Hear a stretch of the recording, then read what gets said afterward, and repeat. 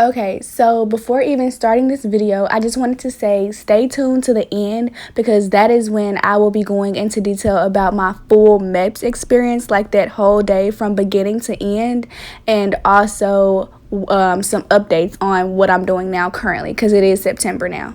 I am in a hotel. Let me try to get some light on in here for you some type of way. Where is the light? There is no light. Okay. But as y'all can tell, I am in a hotel.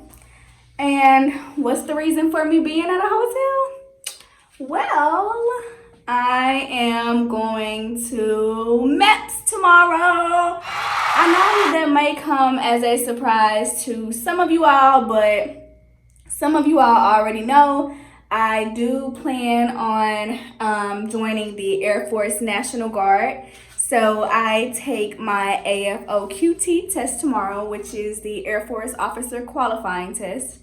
And it'll be my first time trying it out, just taking it tomorrow. Y'all, honestly, I'll probably make a separate video about everything that has gone on. Really, it'll be my first time taking it.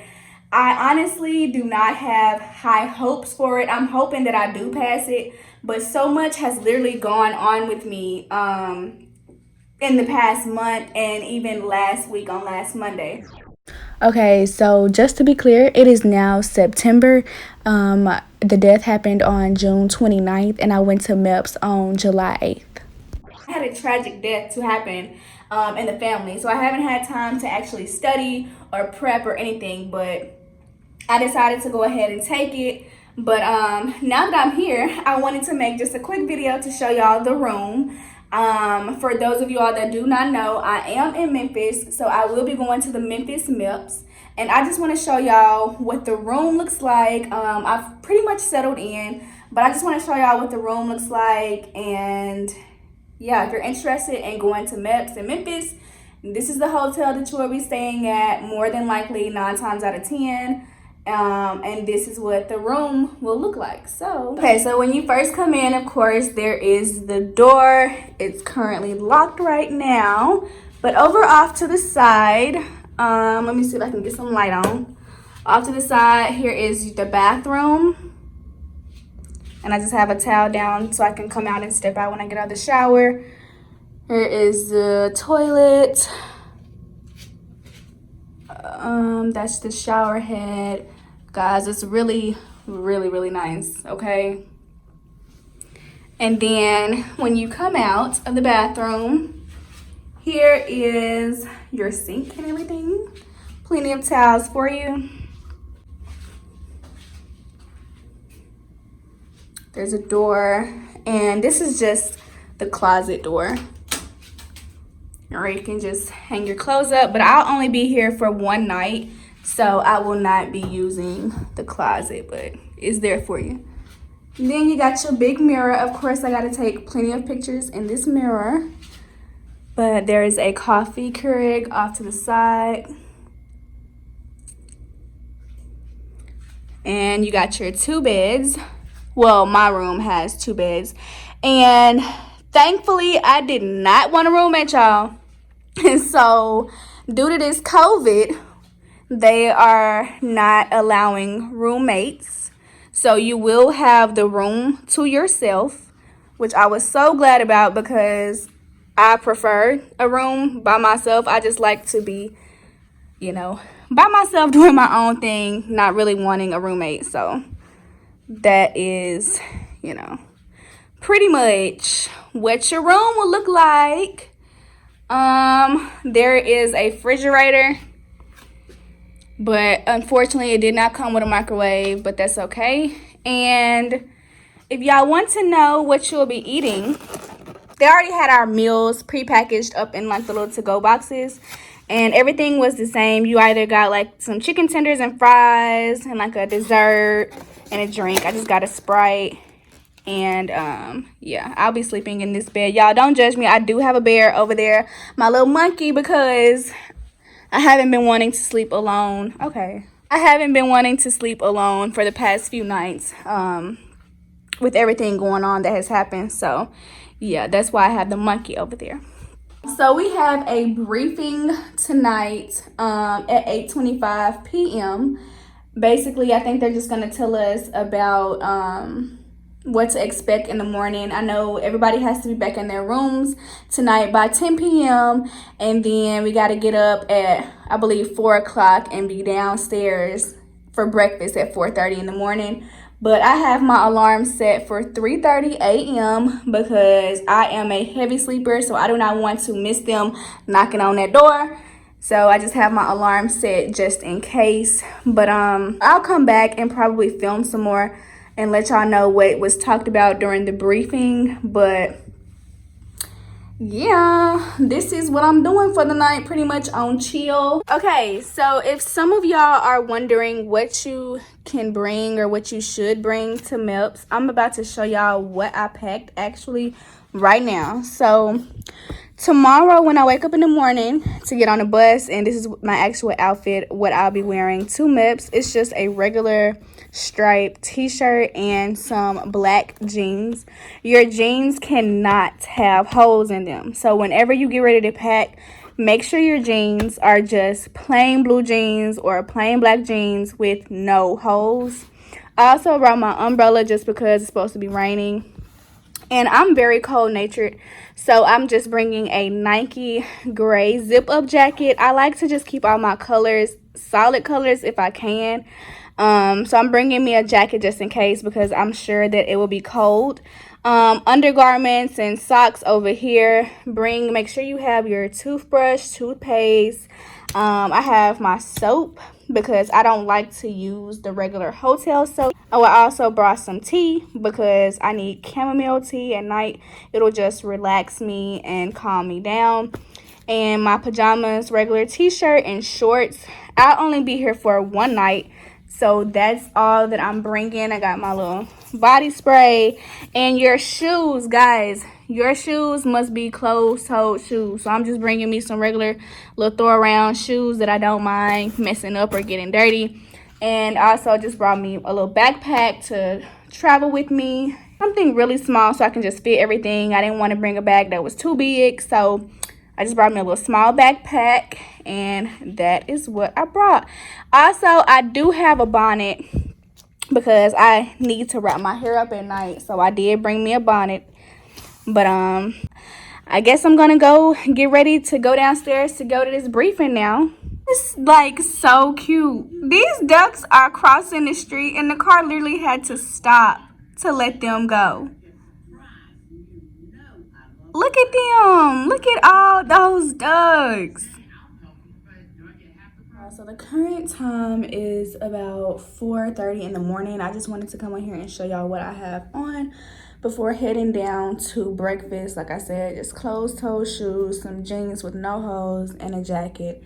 And my hair is up in a ponytail. Y'all, I am so sleepy. But I'm about to head downstairs. All my bags are packed.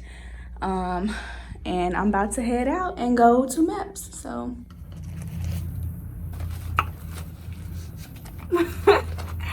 okay, so what you just saw was clips of me from when I went to MEPS. That was around July 8th, and it is now September. So I have some updates to give you all, and I want to talk about what exactly my day was like when I went to MEPS from beginning to end, start to finish. Got some notes so that I could give y'all the facts, and just so I don't leave anything out. So okay, I guess I'm gonna start off where I left off. So going to start with my morning with the wake up call. So wake up call was at 4:15, and whenever you go, well, before you go to MEPS that morning, you have to take a shower. Like, it is required for you to take a shower that morning before you get on the bus and go to MEPS. So I set my alarm for 4 o'clock that morning. Took like a 15-minute shower really quick, brushed my teeth, washed my face, got my clothes on, got ready, all that. So you have your wake up call at 4:15. They basically call you. They're like, hey, this is your wake up call. I believe they call you twice. And then you head downstairs at 4:30 to eat. So the breakfast was already pre-packaged up.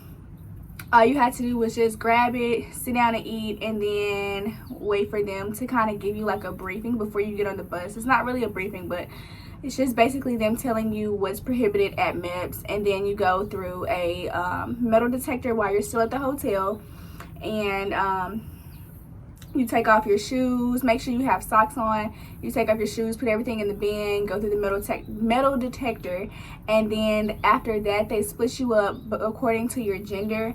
And so it was boys in one line and females in another line. Around 5:30 is when we got on the bus, and the bus ride to go to MEPS was probably 15 to 20 minutes roughly. I was still sleepy, but it was cool. It was, I believe, maybe one person actually shipping out, and the rest of us was just there to go to MEPS for whatever reason, if it was to take the test or the physical or whatever. So we get to MEPS around 6 o'clock that morning, I want to say. And so as soon as we get there, we have to do the same thing, go through another set of metal detectors, and they make you take off all your piercings. You know, they tell you, you know, you can't have any weapons on you, you can't have any piercings in. And so they make you take everything off, put it up, and then you put it inside of your locker. And then they sat us down, and one of the very first questions that they asked was if anybody had any dietary restrictions. And this is for the purpose of lunch, because they do provide you lunch while you're there. You are there all day. It's a long all-day process. More than likely you will be there all day, so they do provide you lunch, and that's a very good thing. And so it was just Jason's Deli when I went. So after then, we waited for another maybe 20 minutes. It will be a lot of waiting, y'all. So we waited for maybe 20 minutes, and I guess we were waiting until each representative from each branch got there. So once they got there, they divided us by branch, and so whoever was for Air Force went to Air Force, whoever was for Navy went to Navy, whoever was for Marines went to Marines, and it was like that. So I get inside of the Air Force office, and it was maybe 7 of us there for Air Force. And so it was only 2 of us there to take the AFOQT test, me and another lady, and then the rest was there to take the ASVAB and the physical and everything like that. So I was only there for the sole purpose of taking my AFOQT test. So the AFOQT test.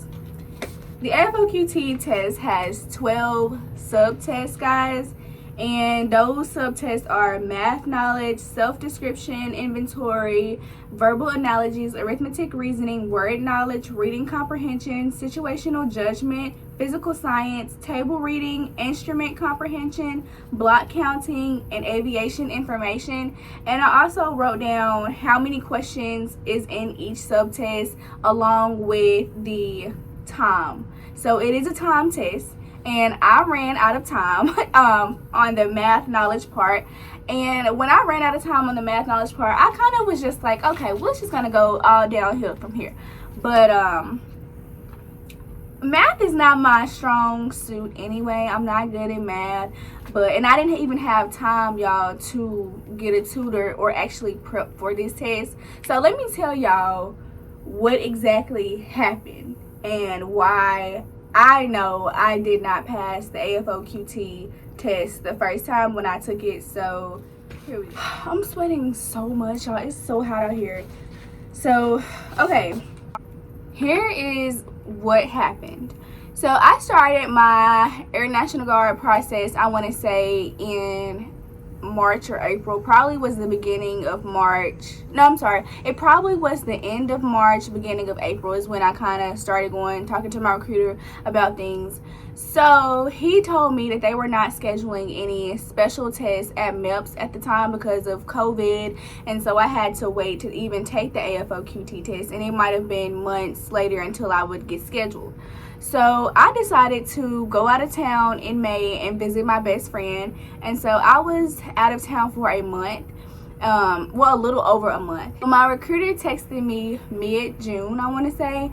And so he told me that they had an officer position open and that I would need to take it before July 30th because that is when the officer position closes out. So he was trying to get me to go to MEPS before July 30th. Mind you, this was already mid-June. So I had no time to study. I didn't have any of my study materials where I was at out of town. So I was just like, okay, that's fine. When I get back home, I'll try to study those couple of weeks before I take my test. And so we scheduled my AFOQT test for July 8th, and I came home the end of June.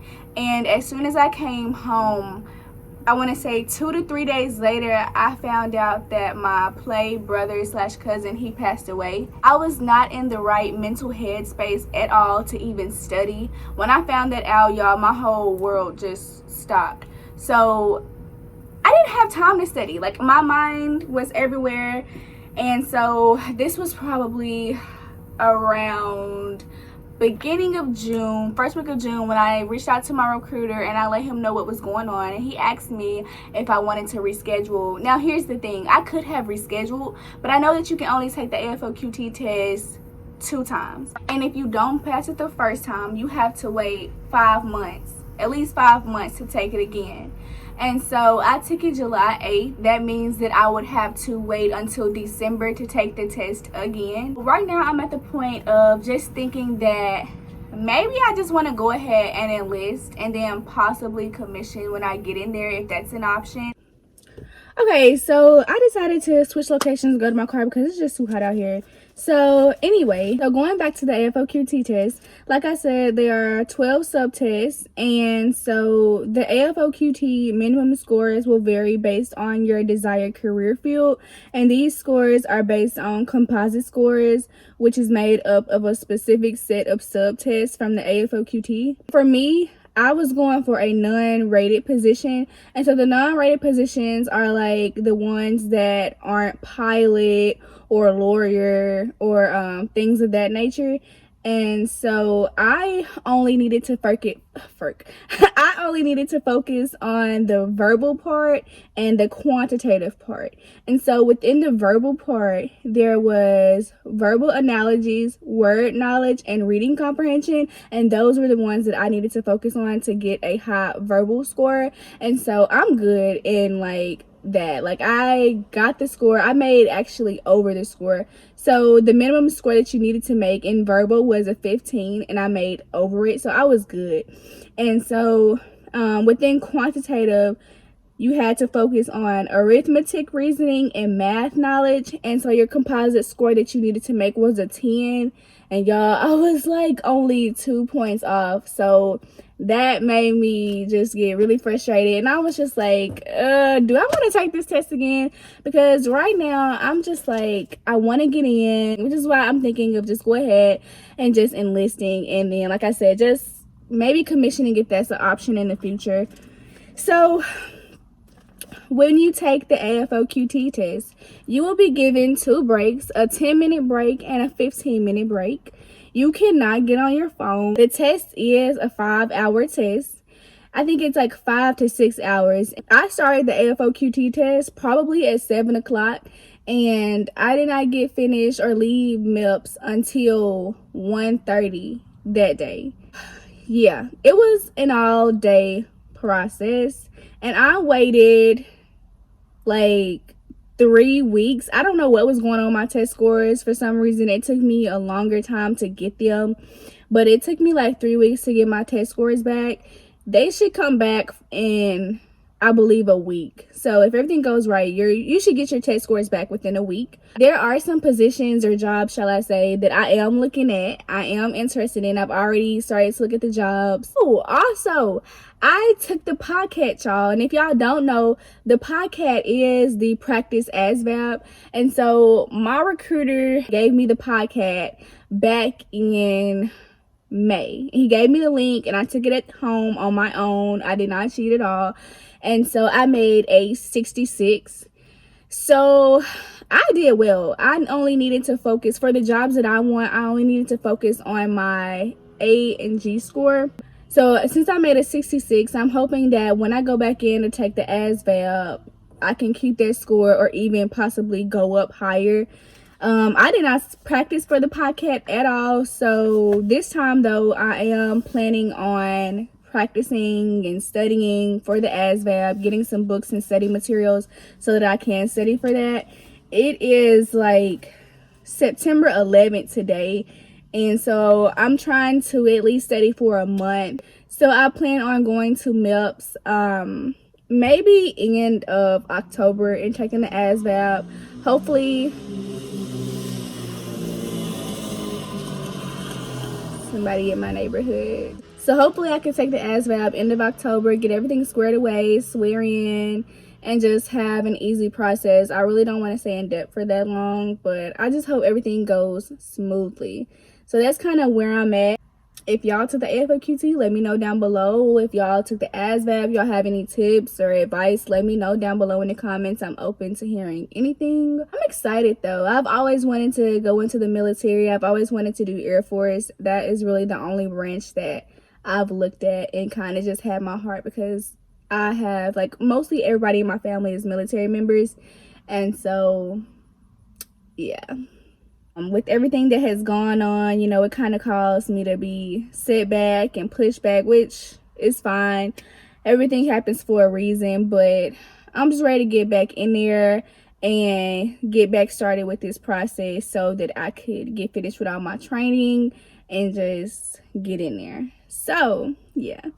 I will be giving y'all updates when I go through the process, when I get updates myself. I will try to keep y'all updated if anything changes. So this is kind of just like the beginning of my Air Force National Guard videos. So if you like videos like this, if you want to see where this goes for me, stay tuned, subscribe, just stay tuned. Always remember to be free and be you. I will see you in the next video. I'm about to go inside because it is burning up. So I will see y'all in the next video. Bye.